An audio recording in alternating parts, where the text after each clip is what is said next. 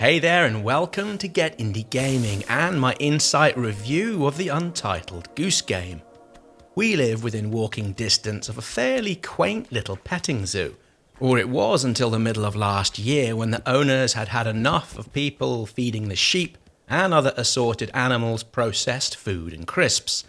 I'm told one of the final acts in shutting up shop was a couple. Well, they tried to feed one of the young lambs diet soda straight out of the bottle. While the zoo is still there, you're separated from the animals by a 7-foot high fence. All in, that's fine by me, as I no longer have to watch out or worry about me or the family getting nibbled or trodden on by Daisy the cow and her other friends. One aspect of this petting zoo I never fully understood, well, it's why the owners thought having 3 fully grown geese within their collection was ever a good idea. Geese are universally foul creatures, bad-tempered, bad-natured, and seemingly only enjoying themselves when causing distress and misery to anything daring to get close enough to be of bother to them. Now, this makes for an interesting premise for Untitled Goose Game. It's all relatively straightforward. You play as a goose, with your task being to annoy, harass, and generally play the typical goose within a sleepy-looking English village. The idea for all this apparently came from when one of the developers, Michael McMaster, casually tossed an image of a goose into Slack and with a touch of jest suggested the team make a game about that little so-and-so farmyard creature. Having gone ahead with Michael's suggestion, have the team at House made something that's gone all swimmingly, or is it all somewhat underdone, and should we be thinking about giving them a little bit of a roasting?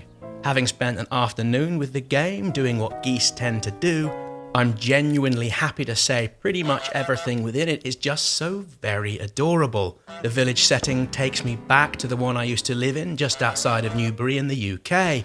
The well-kept lawns, the flower beds, the village war memorial and the small shop, with it just about selling anything you could need from umbrellas to reading glasses and much more. The overall sleepy and tranquil nature of these types of places really shines through in the design. Also, the use of pastel tones with the greens and blues is so very warming to look at, as are the folks you interact with as you set about your mischief. I couldn't help but grin from scene to scene with some of the funnier interactions coming actually earlier in the game. The soundtrack is particularly well thought out and implemented, and delivers a gorgeous twist on Debussy's Preludes. While there's minimal action, the sound of the goose as it walks around the village is again so very smile-inducing, with its little pat pat pat and the way it waddles. When you're being naughty, like stealing a set of keys or pulling a chair from underneath somebody, the music quickens in pace and ebbs and flows with the on-screen antics. Your honking sound is also tidily done, with little wavy lines appearing in front of your beak to provide further visual emphasis of your general grumpy demeanour. As for the gameplay, well, in each of the 5 areas of the village, you have a set list of things to get done. These range from taking items to point A to point B, upsetting the villagers by way of certain actions such as getting a poor man to strike his thumb with a hammer, to solving little puzzles to help you move through the game. And once you finish it all off, you can pop back into the village to undertake time-based challenges. While billed as somewhat of a stealth game, such sections are very light touch. A goose-flavoured hitman this certainly isn't, which, given the all-round levels of silliness, is the better for it. All in, Untitled Goose Game is short. It can be played in a couple of hours or longer if you really go to town with all of those hidden objectives. The only slight issues I've found are sometimes some of the actions can feel repetitive, and also the camera angles. The zoom function doesn't give at times a wide enough field of view to enable you to actively plot your way around the village, say to avoid a fairly spirited shopkeeper who's a dab hand with her broom. In all honesty, I had the most fun playing this with other people. Together we laughed and joked and giggled at the on-screen antics as if it were slapstick or pantomime.